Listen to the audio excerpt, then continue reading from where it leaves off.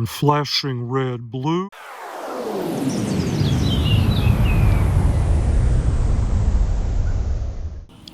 Well, good evening and welcome to the Arbor Hills Nature Preserve in Plano, Texas. Tonight's exercise is a field test of the WURKKOS HD04. Yes, it does look like Wall-E. I suspect a bit of inspiration there. I do want to thank WURKKOS for sending me this slide and making the review possible. This is marketed as an EDC style light. I don't know. I'm not sure if I'm there. Travel light, camping light, something like that. I guess I'll have to let you make up your own mind. The head moves along two axes, a lot of flexibility there. USB-C charging. The claim is that the internals are waterproof. I have not had a chance to test that yet. Dual controls, one for turning the light on, off, selecting output levels, the other for switching modes. On the subject of mode, you have spot, flood, RGB, a generous selection of RGB outputs if you like flashy blinkies. Very nice clip, lanyard, lots of ways to attach and carry this. The easiest of which is just dropping into a pocket. That works just fine. I've carried it on the strap of my ruck, on the back of a ruck. Mounting is great. Mag base, we'll test that out tonight. You may have seen online that the body is glow in the dark. I did test that brief exposure to sun, take it into a dark room. Yeah, that works like you'd expect. But the caveat there is that you have to have it exposed to light in the first place. If you keep this stowed away in your ruck, in a pocket, away from light, and then you take it out at night, you're not going to have any benefit of that glow-in-the-dark capability. There are a lot of potential outputs. The UI, in my mind, was a bit involved, and I mean, part of my problem as a tester is that I go from product to product to product. Some UIs are very intuitive to me. I'll be honest, this one took me a while to get used to. I don't think there's anything intrinsically wrong with it. It's just that you have a couple of push switches that you have to route a lot of output modes and a lot of output levels through. It did work as advertised, so I'll just try to set your expectation with the understanding that your mileage may vary, but I did have to spend a bit of time with the user's manual to get used to the operation of the light. But that's not what you're here for. That's not what you're interested in. What you want to see is beam shots. How does it actually perform? All right, then, let's get right to it. Both flood and spot have moonlight. The basic outputs for flood are low, medium, high. This is low.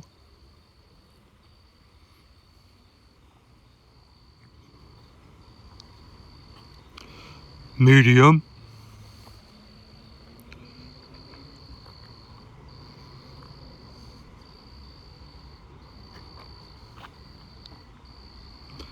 And high.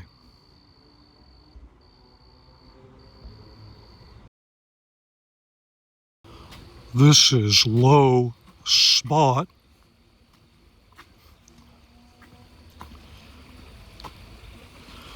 Medium. Look over the railing down towards the creek. Okay, max line of sight 38 to 40. I can just barely light that up. There's high, much better. And double click into turbo.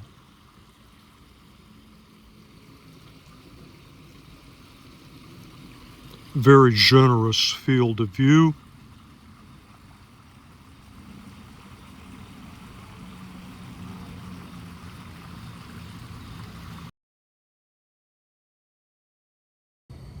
All right, let's look at some of the RGB light outputs. I'm going to press and hold here.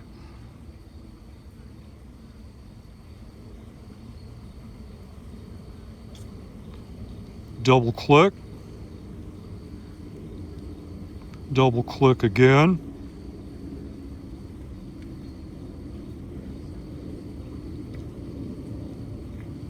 And I rather like that one.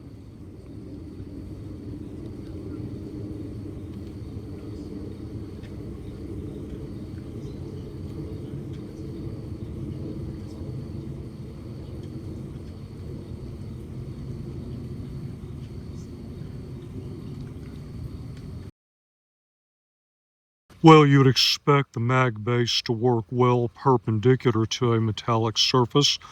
Let's try something a little more challenging. That is the maximum angle before it starts to slip, and that's a pretty good result, an indicator of the very light overall weight of this platform. And I hope this shows up on the iPhone. I'm maybe 8 inches away. You can see the fading glow. I gave the body some brief exposure to my headlamp. This is flashing red from a distance of approximately 30 yards. And flashing red blue from about the same distance.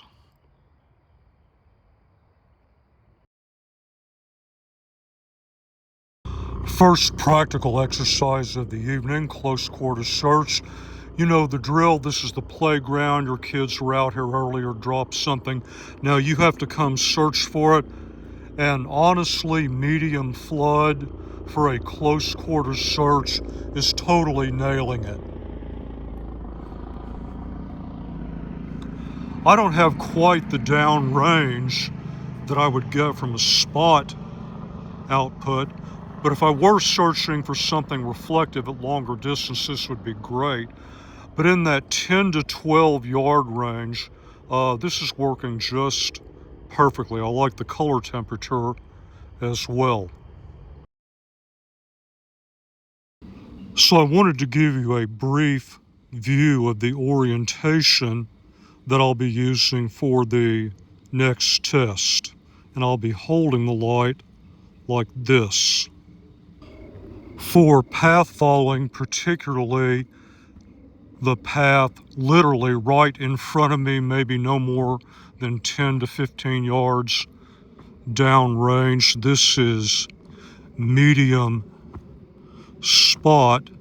Definitely getting the job done. I can see slope of terrain area that I might get in trouble. Downrange is a bit on the weak side, but if I go up into high, then it more than makes up for it. In fact, this is a lot better performance from the spot than I had originally anticipated.